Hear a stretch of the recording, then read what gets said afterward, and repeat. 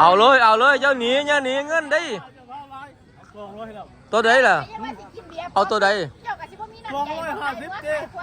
ลูกบ่เลยบ่ค่ากันจักบาทนี่เห็นซื้ออยู่เห็นกินเบียร์ป้องเดียวก็บ่ให้เอาคันเอาเจ้าย่องเอาเลย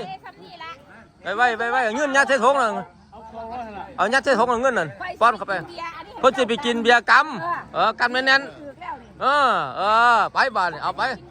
เอาไปส่งเจ้ากินข้าวเราสิกินเบียร์เฮ็ดจังได๋สั่น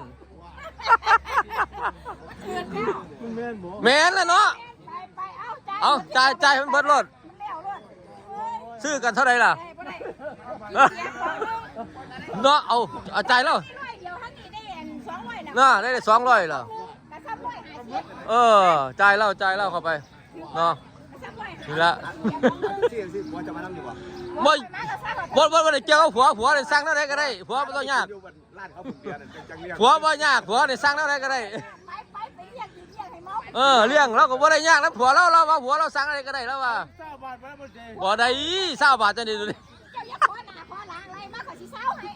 เศร้าแล้วนะมักเศร้าบ่ติเดี๋ยวสิเศร้าให้นี่เอาจับเอาเงินนั่นน่ะมาเอาเงินนี่เอาแต่กำไรมันทุนมันเอาไปนี่ละใครอยู่ในพุทธปันกันเอาพวกละ100จะเอาหลายไปเลี้ยงเบียร์แล้วได้บัตรนี่มันแผ่ทางไม่ยิ่งดิเนาะปล่อยมาหาเสน่ห์นี่มันพอไม่ยิ่งนี่แผ่ทางเขาได้ไปเจ้าขั้นเอาเลยเจ้าไม่ต้องปล่อย